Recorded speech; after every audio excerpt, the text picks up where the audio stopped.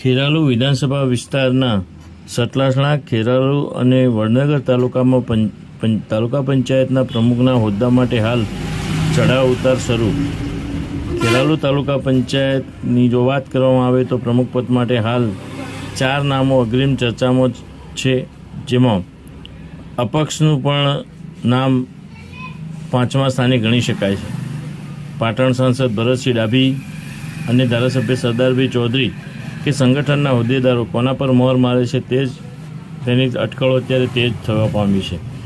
ભાજપને હજુ વધુ એક બેઠક અપક્ષના દ્રષ્ટિબેન ચૌધરીને પ્રમુખની લાલચ સાથે તાલુકા પંચાયત બનાવવા માટે પણ તૈયારી શરૂ કરાઈ હોવાની ચર્ચાઓ ટોક ઓફ ધ ટાઉન બની છે.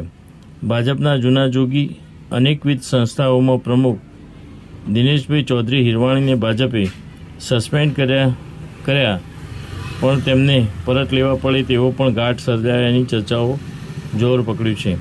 પ્રમુખ તરીકે વઘવાળીના વતની અને ભાજપ આગેવાન ભગુભાઈ ચૌધરીના પુત્ર યોગેશભાઈ ચૌધરીના ધર્મપત્ની હિરલબેન ચૌધરીનું નામ મહિલા ઉમેદવારોની ચર્ચામાં સૌથી મોખરે છે, જેઓ શિક્ષિત પણ છે.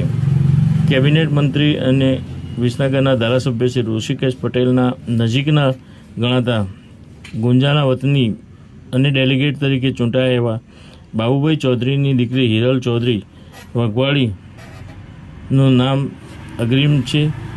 બીજી વખત અરઠી તાલુકા ડેલિગેટ તરીકે સક્રિય રહેનાર અને ચૂંટાનાર એવા પ્રવીણાબેન વિનુભાઈ ચૌધરી મહિયલના રહીશ છે, તેમનું પણ સંભવિત નામોમાં અગ્રેસર નામ છે. પાટણ સાંસદ ભરતસિંહ ડાભીના માતૃવતન ડભોડાના નીતાબેન ઠાકોર પણ પ્રબળ દાવેદાર છે અને મહિયલના વતની બિઝનેસમેન વીપીસિંહના ધર્મપત્ની પ્રવીણાબેન વિનુભાઈ ચૌધરી પણ અગ્રિમ ગણાઈ રહ્યા છે. ઇતર પાર્ટીમાં જો ભારતીય જનતા પાર્ટી ઉમેદવાર ઉતારે તો સૌથી અગ્રિમ નામ